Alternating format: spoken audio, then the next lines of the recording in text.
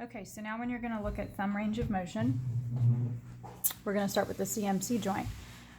So I like to have them flat on the table like this, so that it helps them when you're doing radial abduction or extension of the CMC joint. It helps to keep them in this correct plane of motion. So the stationary arm is going to be the second metacarpal. The axis is the scaphoid, and the moving arm is the first metacarpal. So you want to line up along that first and second metacarpal, and you ask the patient to extend their wrist, bring it out as far as they can. Okay. Now what you'll notice is with the first metacarpal, when you stay in line with it, it's not going to line up with the digit itself.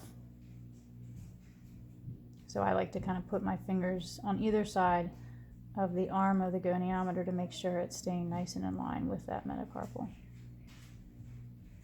Then when you come to do palmar abduction, neutral wrist,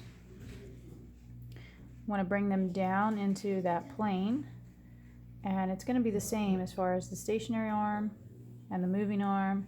The axis is still going to be the scaphoid, or it might say radial styloid.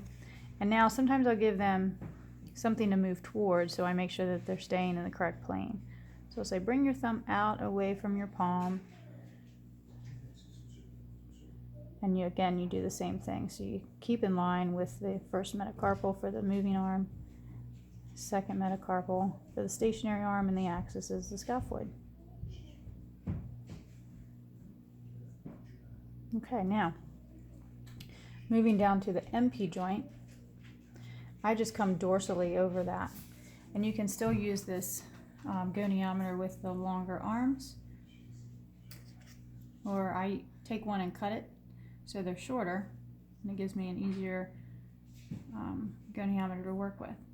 So you come dorsally, your moving arm is going to stay midline of the first metacarpal, your moving arm is going to be the proximal phalanx, and you'll just say go ahead and bend down, and you'll just follow along.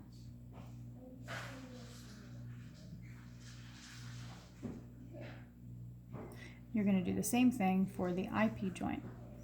Now your moving arm is going to be the proximal phalanx, midline of that, and your moving arm is going to be the distal phalanx. Stationary arm proximal, moving arm distal, and it'll create its axis right at the joint line.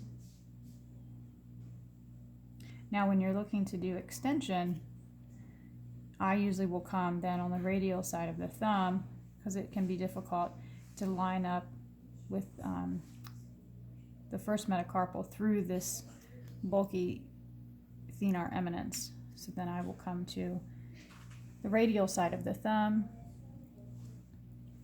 hold that against the first metacarpal.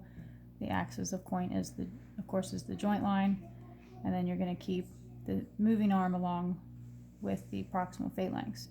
So you ask them just to extend. You can see there's a little hyperextension at that MP joint. And then if you move up to look at the IP joint, you can see there's even more hyperextension there.